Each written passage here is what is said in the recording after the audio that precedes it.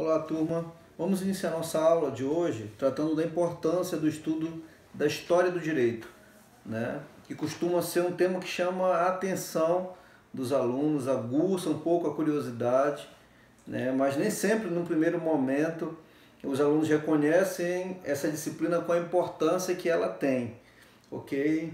Né? A gente vai falar nessa primeira aula a respeito do direito dos povos ágrafos, ou seja, povos sem escrita, né, como existia o direito mesmo antes de haver a escrita.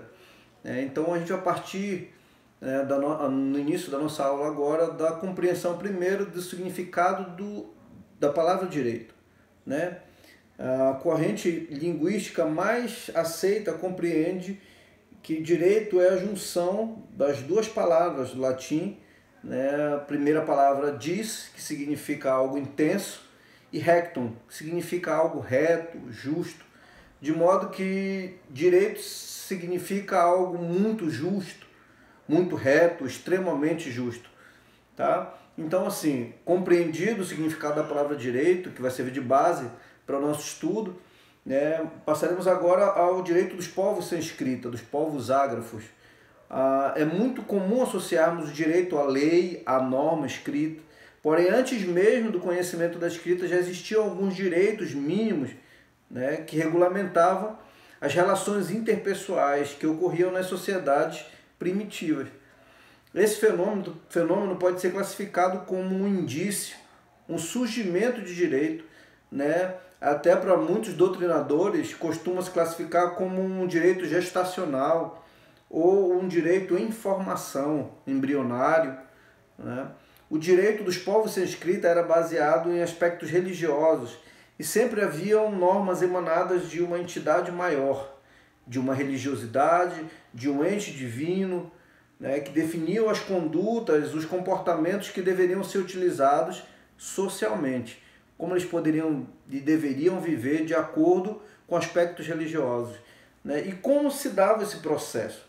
Normalmente as regras deveriam ser decoradas pelas pessoas, né, por aqueles que compunham aqueles clãs, aquelas tribos, né, e transmitidos diretamente de uma às outras, de uma pessoa à outra. Né? Não tinha uma preocupação sistemática, não havia como organizar bem essas normas, apenas o convívio e a convivência em sociedade era necessária para o estabelecimento dessas regras mínimas de convivência social. Cada comunidade possuía o seu próprio direito, né? Cada uma tinha suas próprias regras, seus próprios preceitos. Né? Então, como isso se dava? Normalmente os povos primitivos eles se constituíam em tribos, em pequenos núcleos, né, que normalmente não interagiam entre uns com os outros. Né? Cada um ficava numa localização distante dos outros. Então eram núcleos isolados que quase sempre eram nômades, né? E cada um com suas próprias regras, com seus próprios costumes, preceitos.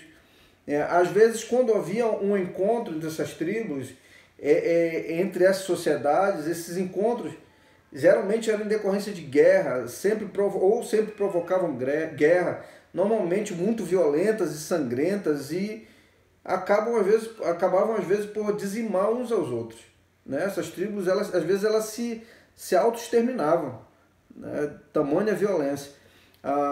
As fontes de direito utilizadas por esses povos eram basicamente os costumes e os precedentes. Né? Os costumes, como nós vimos lá na disciplina EAD, né, são práticas reiteradas, habituais, né, e esses costumes eram transmitidos diretamente entre pessoas e também passavam, obviamente, de geração a geração por conta da própria vida em sociedade. Né? Já os precedentes, que também constituem uma fonte de direito observada nessas sociedades, né, anteriores à escrita, eram decorrentes de julgamentos, mas não julgamentos, né, como a gente conhece hoje. Julgamentos de situações concretas, de relações interpessoais dessas sociedades.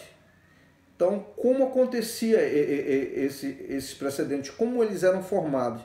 Né? Normalmente tinha um chefe, né, o chefe tribal, um ancião, que era aquela pessoa mais velha da tribo, ou mais experiente, ou aquela pessoa que conseguia reunir a maior memória, né, que conhecia mais os costumes, era o mais antigo, né, de uma forma mais intensa dessa sociedade. Ele ficava responsável por solucionar esses pequenos conflitos que ocorriam entre pessoas dessa pequena sociedade. E esses precedentes, então, eram normalmente utilizados como um mecanismo de manter vivo os costumes existentes nessa sociedade. Esse chefe tribal, esse ancião responsável pela solução desses conflitos, costumava se utilizar das mesmas soluções utilizadas anteriormente, né, de modo a manter minimamente uma unidade, não jurídica, como conhecemos hoje, mas das regras costumeiras utilizadas nessa sociedade.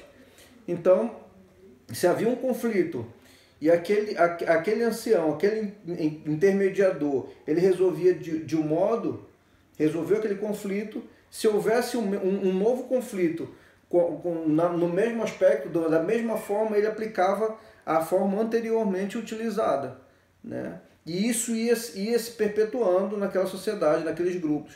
A transmissão dessas regras de costume e até mesmo o conhecimento desses precedentes ocorria diretamente entre as pessoas, e em muitas tribos também se utilizava de uma explicação, de uma divulgação temporária para as pessoas.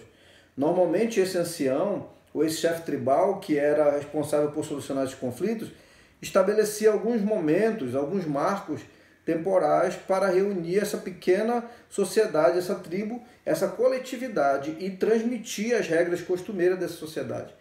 Então, em determinado período de tempo, né, ele reunia aquele ancião, aquele chefe da tribo, que detinha aquele conhecimento, aquela prática de resolver os conflitos.